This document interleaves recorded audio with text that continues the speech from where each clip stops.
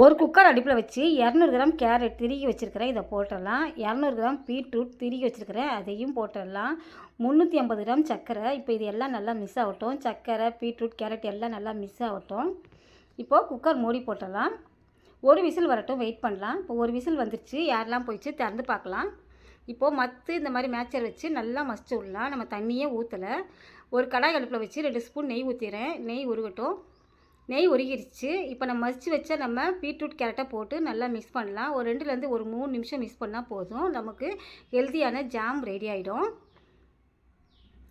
இப்போது jam ready ஆயிடுச்சு. நான் 2 ப்ரெட்டு ஸ்லைஸ் எடுத்து வச்சுருக்கிறேன். இதில் நம்ம அந்த ஜாம் எடுத்து வச்சு நம்ம சூப்பராக டேஸ்ட்டாக சாப்பிட்லாம். ரொம்ப ஹெல்த்தியான ப்ரெட் ஜாம் ரெடி.